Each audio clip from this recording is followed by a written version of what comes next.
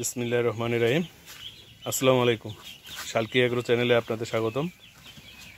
আজকের যে বিষয়ে আলোচনা করব, আপনারা জানেন আমি পিকিং স্টার 13 যে হাঁসটি এটা নিয়েছিলাম আজকে পঞ্চম দিন। তো পঞ্চম দিন এবং কালকে থেকে ইনশাআল্লাহ আগামীকাল থেকে আমি এই হাঁসকে পানি ফার্মেন্টেশন শুরু করব। আপনারা জানেন যে পানি ফার্মেন্টেশন এবং ভুট্টা ফার্মেন্টেশন দুই পদ্ধতিতেই ফার্মেন্টেশন পদ্ধতিতে পালন করা যায় হাঁস এবং ব্রয়লার মুরগি এবং সোনালি কালার বার্ড এই হাঁসগুলো পালন করা যায়। আপনারা দেখেন আমার এই 5 দিনের হাঁসের বাচ্চা, জায়গাটা অনেক বড় করে দিয়েছি, সেদিন দেখিয়েছিলাম, আজকেও একটু বড় করে দেওয়া হলো, বালুতে ছেড়ে দিয়েছি।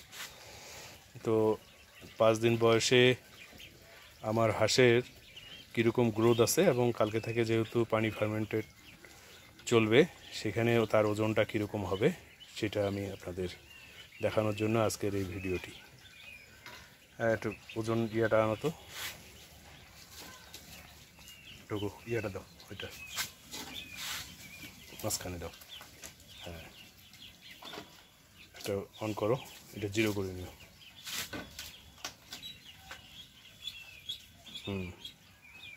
যেহেতু 2-3-4টা ধরে এটা ইয়ে দাও। হ্যাঁ দাও তো।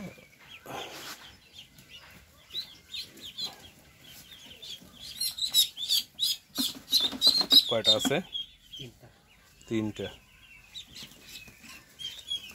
আরও 2টা ধরো, 5টা বাচ্চা দাও।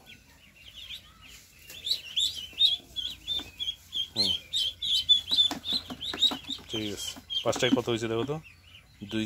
739। 740। তো দেখেন 740, তো 150 গ্রামের মতো আসছে আর কি, 150 একটু কম।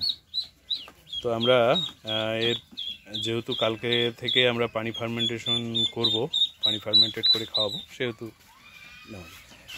সেহেতু আমরা এটা দেখিয়ে দিলাম যে আজকে আসলে এটার ওজন কতটুকু আছে। তো এই ছিল আজকের আমার নতুন আপডেট। কালকে থেকে ইনশাআল্লাহ পানি ফার্মেন্টেশন চলবে।